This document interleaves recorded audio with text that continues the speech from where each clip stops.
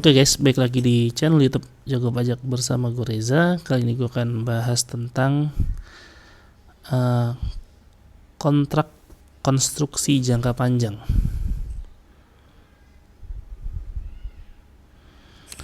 Ya, jadi terkait dengan kontrak konstruksi jangka panjang ini, yang pertama akan kita pelajari adalah bagaimana sih kriteria ya bahwa pendapatan itu bisa diakui secara overtime ya. Nah, jadi suatu pendapatan yang diterima oleh suatu entitas itu bisa diakui secara overtime jika minimal salah satu dari 3 kriteria yang ada di sini terpenuhi.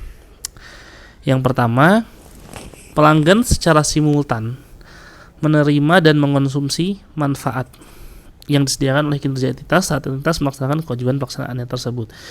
Jadi artinya pelanggan itu menerima hasilnya itu secara simultan, tidak sekali jadi, tidak juga di akhir aja, tidak juga di awal aja, tapi dia secara simultan menerima manfaat atau mengkonsumsi manfaat yang diberikan oleh si entitas atau si penjual, seperti itu.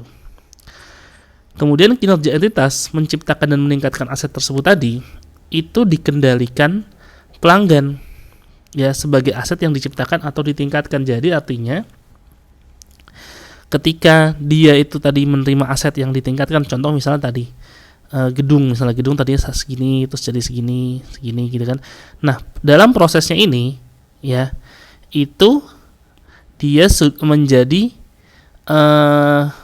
ketika sudah jadi itu menjadi pengendalinya itu ada di pelanggan. Jadi ini menjadi milik si pelanggan berangsur-angsur selama proses pembangunan ya, atau selama proses untuk mendapatkan pendapatan tadi, seperti itu kira-kira. Nah, yang ketiga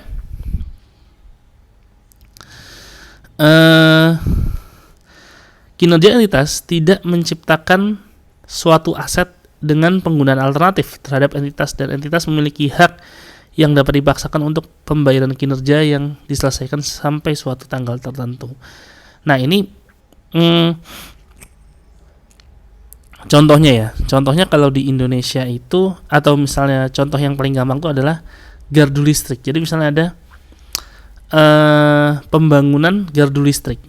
Nah, pembangunan gardu listrik itu tuh dia itu hanya bisa dibeli, ya kontraktor tadi membangun gardu listrik itu hanya bisa dibeli sama PLN.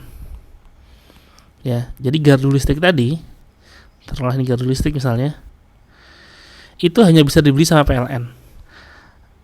Nah, sehingga ketika gardu listrik tadi itu dibangun, itu dia sudah memenuhi syarat untuk diakui pendapatannya secara overtime, seperti itu.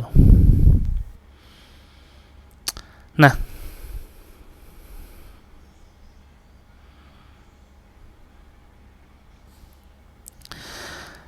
jika salah satu dari ketiga kriteria tersebut terpenuhi, maka perusahaan dapat mengakui pendapatan sepanjang periode pekerjaan atau konstruksi dengan syarat. Nah, syaratnya ada lagi satu tambahan nih. Syaratnya adalah perusahaan dapat memperkirakan perkembangan penyelesaian kewajiban pekerjaan. Ya, jadi dia tuh bisa tahu nih, kira-kira ini tuh sudah berapa persen sih pekerjaan ini selesai gitu ya. Nah, perusahaan mengakui pendapatan dan laba kotor pada setiap periode berdasarkan perkembangan penyelesaian konstruksi. Metode ini disebut dengan metode persentase penyelesaian atau percentage of completion method, gitu ya guys. Nah, adapun jika salah satu dari ketiga kriteria di atas tidak terpenuhi, ya salah satu dari, artinya maksudnya tidak ada satupun dari kriteria di atas tadi yang terpenuhi, gitu ya maksudnya, maka perusahaan itu mengakui gross profit pada saat seluruh biaya konstruksi telah tertutupi, atau kita sebut dengan cost recovery method atau zero profit method.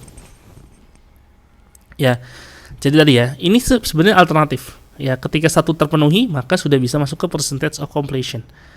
Tapi kalau misalnya tidak ada satupun dari ketiga kriteria tadi yang memenuhi, maka dia masuk ke cost recovery method. Seperti itu guys.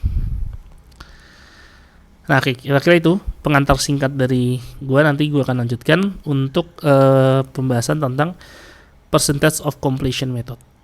Kira-kira itu yang bisa gue sampaikan di video kali ini. Semoga bermanfaat. Jangan lupa like, subscribe, dan komen channel YouTube gue. Dan apabila kalian merasa video ini bermanfaat, bisa di-share di seluruh sosial media kalian miliki. Jangan lupa belajar terus. Bye-bye.